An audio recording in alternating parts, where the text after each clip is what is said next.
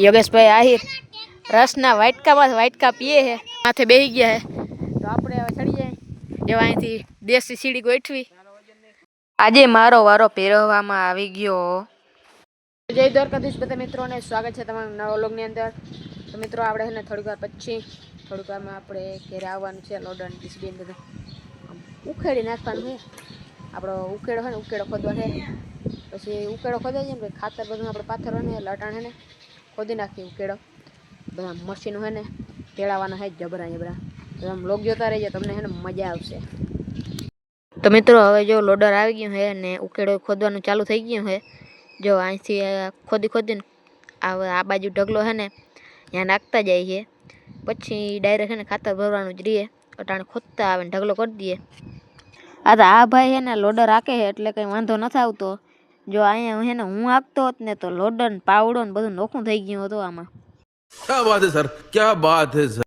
તો મિત્રો ખાતર ખોદાઈ ગયું છે ને આપણા નીરજભાઈ છે ને જમણવારનું છે. તો ગામમાં જવાનું છે ઠામ હારવા. તો આપણે થોડીક વારમાં નીકળીએ.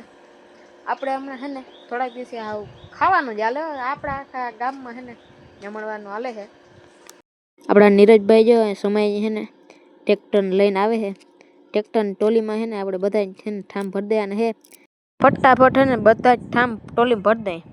તો ઠામની ટોલી ભરી દીધી છે આખી ને માથે જો કરણભાઈ ને અંકિતભાઈ બેઠા છે ને હવે જવાના છે ડાયરેક્ટ ઘરે.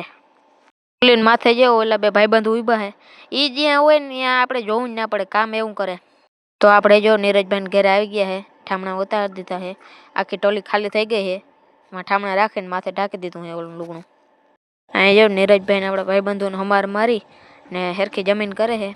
આ નીરજભાઈને શું કંઈ રિવેશ આવડતો નથી, ટ્રેક્ટર ઉપર ચડી ગયા. આપણે જો એમાં રિવેશ મારતા હોય ને તો ટોલીને ટ્રેક્ટર ને બધું ઉડાડીને નાખી દઈ.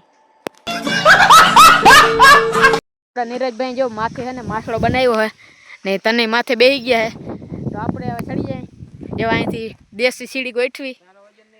દેશી સીડીથી ચડી જાય. જો આપણે છે ને માછડા ઉપર ચડી ગયા. માછડાનો વ્યૂ જો તમે. જો આપણે બધા ભાઈબંધો બેઠા છે ને અહીંથી ઊંચેથી જો નજારો કેમ દેખાય.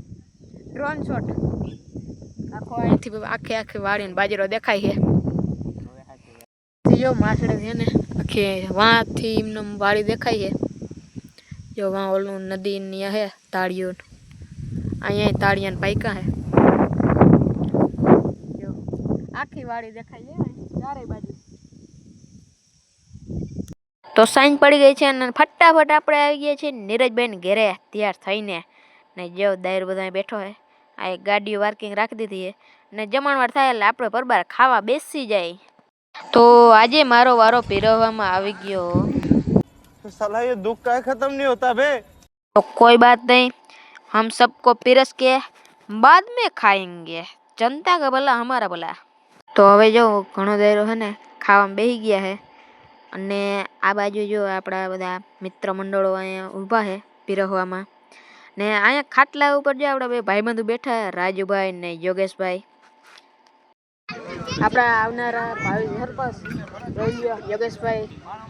યોગેશભાઈ આહિર રસના વાટકા પીએ છે. બીજો વાટકો એલા રેવા દયો તમે. ના જોલા જો રાજુભાઈ બેઠા એવા.